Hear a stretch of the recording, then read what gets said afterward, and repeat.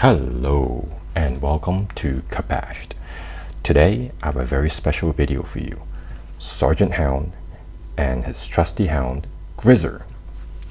So I decided to do Sergeant Hound because of a rendering done by Eric_M1999 with textures done by Mandalorian Business. Major shout outs to them who provided the community with many awesome Star Wars themed images. I got super inspired by this rendering of Sergeant Hound, who has such an air of menace. He looks like a grizzly bearded biker guy, and instantly I want to know more about this character, even though his appearance in the 5th season of Clone Wars is extremely limited. Also, credit goes to Woofwoofwolffe for creating the excellent video which first brought my attention to this wonderful character. So onto the figure. The figure is actually not very intensive. I finished it in 2 to 3 days.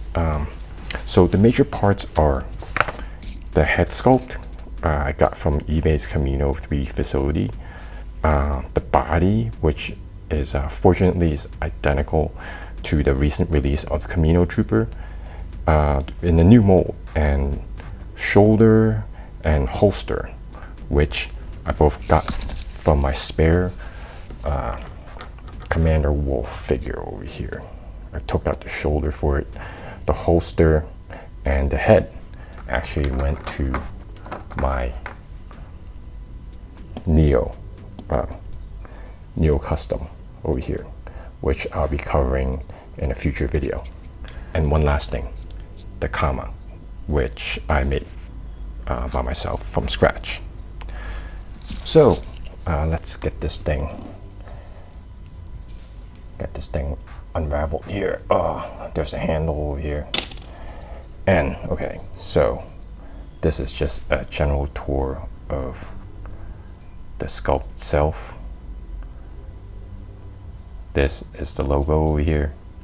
The rest is very much the Camino Trooper except for the holster and also the comma over here. And the comma on the inside is actually lined with a black cloth. So anyways, so the helmet is a resin sculpt, which I did some slight reinforcing with a piece of plot plate underneath here. You can't really see it, but when it came, it was a bit curly, so I had to do some reinforcement. And after laminate with crazy glue, it never gave me any more problem. The difficulty is accessing the inside of the visor over here, because even though you can kind of tape it up, it's hard to finagle your way around the tape and everything to make sure everything's nicely taped up, and then you spray paint it. So what I did was I still taped it, but then I used hand paint instead, and I carefully painted by hand. So it came out okay, and I'm quite fortunate about that. The mouthpiece over here, the middle mouthpiece over here, you could tell it's actually done with a Tamiya panel wash. You can find those online. They're great in these type of crevices because they kind of self-fill against the edge so that you have a very clean detail meeting it. I was about to fill out the rest of it with black, with dark black or dark gray paint, enamel paint. But then I love the way it's just so rustic the way it looks. So I just kind of left it alone. The cheeks are a bit of a challenge over here. Here's a little detail of the cheek. So what I did was, it's actually not that hard to pull off. What I did over here is first, I took a masking sheet and I taped it on there. I cut it a little bit larger than the size of that piece, taped it on there, and then I used a panel marker to just kind of sketched it out the way I think that it's going to look onto the figure itself. I looked at the reference and I kind of sketched it out. Then I ripped it out and then I taped it onto a piece of trace, which I then perfected it. And once I perfected, I took this is one piece, I folded it and I did the mirror image, and voila, I have this. from here, I put another masking tape on this. Well, photocopy it, use that sheet to put a masking tape on it, and then I carefully cut it out. And then I reapply the masking tape now with the pattern onto the thing, and then I just carefully use hand to paint on the gray over here. And as such, I think it turned out okay. It doesn't look too cruddy over here, so I'm quite happy with it. The top is just basic taping that goes on, and spray painting in this case. So it's actually great. The shoulders then. The shoulders, as I said, I took apart a Wolf, Commander Wolf spare figure, and then I just don't like the way the tiny shoulders look on the new mold of this clone trooper. So what I did was I just used a Dremel to just clean out the inside, and then I literally, you could tell, I literally just taped it on to, not taped it on, I crazy glued it onto the existing shoulder pad because it's smaller. So that wasn't a problem. And once again, I carefully used masking to do circle and the Hound logo, and I think it turned out quite okay. So the comma was a challenge. The comma is, the pattern itself wasn't a challenge at all. However, I found out the hard way that glue, crazy glue or whatever type of glue it is, just doesn't glue well onto this. And so I think with, as you could see over here, I was struggling with the glue and I start smearing the paint and stuff, so that's not good.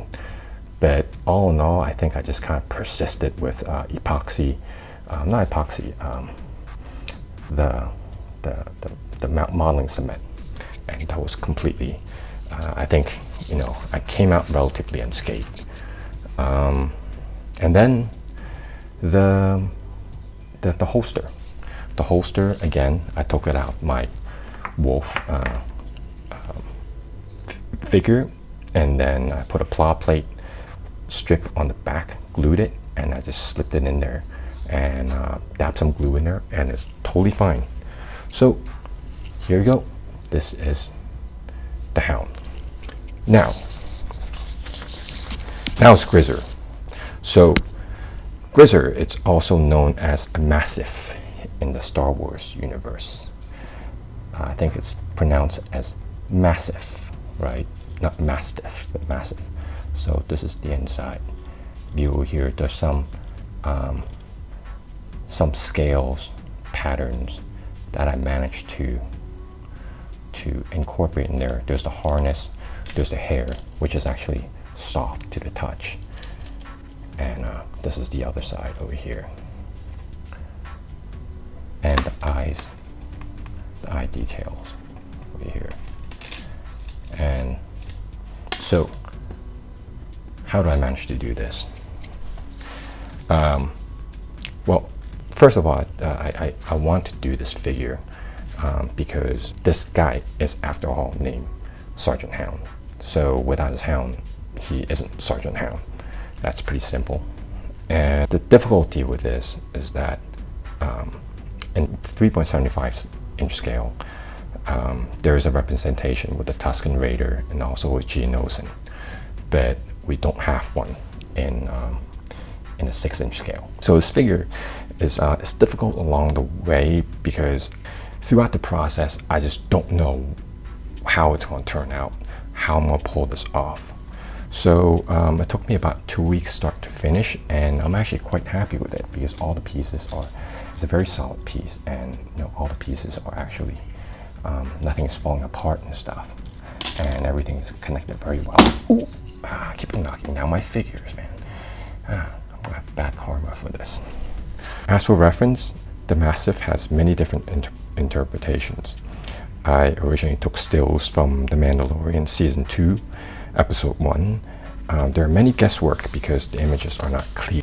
However, halfway through doing this, I found some online photos from a Star Wars exhibit. So I did my best to revise and incorporate the details. So the sculpt, rather than completely start from scratch, I wanted to see if I could bypass some steps by kit bashing the existing figures. The base figure I had to pick from many candidates, but I finally settled with the Triceratops dinosaur toy, which I thought had the closest feel to the Massiff. However, there was a huge issue because this thing was hollow. So if I'm to use epoxy putty for all the details on top mold, once I squeeze it, it might actually crack. So what I did was I literally just like stuffed it like a turkey with epoxy putty, and this thing is just not going anywhere now. It's just rock solid. Then I chop off the head and parts of the head, and I actually combined the teeth of a T-Rex because I didn't think that I would do a good job individually sculpting the teeth. So this over here is how it turns out now. I then resculpted the head and body using epoxy putty. The work itself had to be phased, so I had to wait for hours for the epoxy to cure. This contributed to the overall length of the process. Handling the putty is quite difficult because at all times I have to make sure my hands and tools are wet. Otherwise, it will just peel right off. Likewise, the skin patterns can ideally be applied on when the epoxy is about half an hour of cure time to it, which is the best time when it's soft enough to make an imprint, but cured enough to that won't stick to the tools and rip the epoxy out. So as you can see, all of these details in there I actually did during that time, and it's quite a challenge to do so. So the hair, I actually have to slice apart another T-Rex figure because over here there's a natural curve to the section, and I just take one section after another, as you can see over here, and then I sliced it like a triangle over here just to get that sharpness to the edge. And the spikes I actually made from these epoxy putty parts that I later just cut off the tips to harvest it for the spikes. So the spikes are very nice and sharp, as you can see over here. Okay, and I just crazy glue it on there. Then I sprayed the entire thing first with a primer, and then a combination of afterwards with tan, and then the white on the bottom over here. And then I went over it with a brown wash to bring out some details up top, and then with some black wash over here to kind of bring out these accents and these type of striations in the reptile. And then in the end, I just fixed it. The harness is made out, again, plastic strips cut out from the claw plates, and it's a shame because it covered a lot of beautiful details that I've made, but you know what, I'm still okay with it. The chains are actually from a keychain, and then this, the handles actually easier than it looks. I actually just took this dowel, light up or lighter, heat it up for a couple of seconds, and then right afterwards it just right afterwards it just molds it very, very well. And then after it cools off, it sticks to the shape. So I hope you guys enjoy this video. I'll take one more spin of Grizzer over here, and over here Sergeant Hound,